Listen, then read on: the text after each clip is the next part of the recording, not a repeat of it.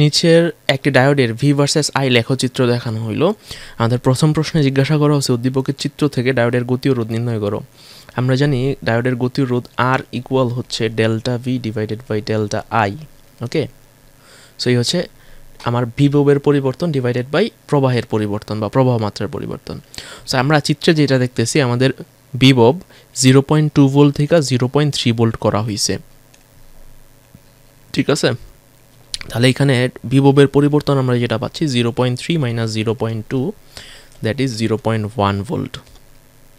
আর এই বিভবের পরিবর্তনের জন্য আমার প্রবাহের পরিবর্তন হচ্ছে 40 মিলি অ্যাম্পিয়ার থেকে 90 মিলি অ্যাম্পিয়ার। তাহলে প্রবাহের পরিবর্তন ডেল্টা আই হচ্ছে 90 minus 40 that is 50 milli ampere. এটাকে আমার অবশ্যই এম্পিয়ারে নিতে হবে, তাহলে এটা লিখতে পারি 50 into 10 to the power minus 3 ampere.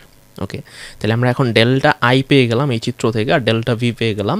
তাহলে গতিরোধ আর ইকুয়াল টু হচ্ছে delta V by delta I that is 0.1 divided by 50 into 10 to the power minus 3।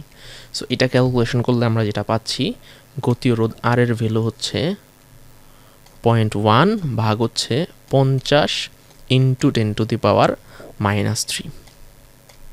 ওকে, 2 আসতেছে, তাহলে গতিরোধ আর হচ্ছে 2 ওহম।